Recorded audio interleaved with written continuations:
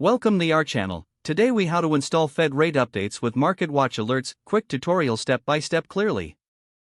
Open your web browser and navigate to the MarketWatch website. Once you're on the home page, look for the search bar at the top. Type Federal Reserve rate updates into the search bar and hit enter. Browse through the search results to find articles related to the Fed rate updates. Click on an article that interests you to read more details. Now, locate the option to set up alerts on the article page. This is usually found near the headline or in a sidebar. Click on the Set Alert button. You may need to log into your MarketWatch account if you aren't already signed in.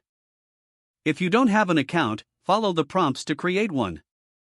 After signing in, select your preferred alert settings. You can usually customize how you receive alerts, such as via email or push notifications. Once you've configured your settings, save your changes. Next, return to the main page of MarketWatch.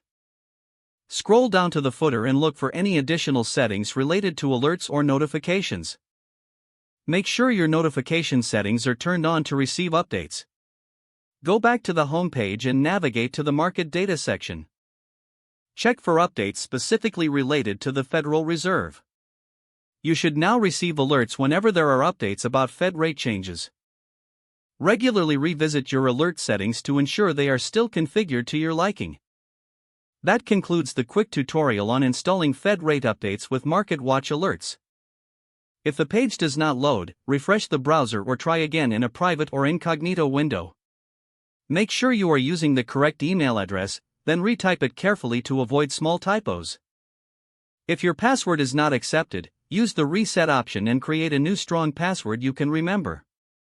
Check your spam folder for verification or security emails, then complete any requested confirmation steps.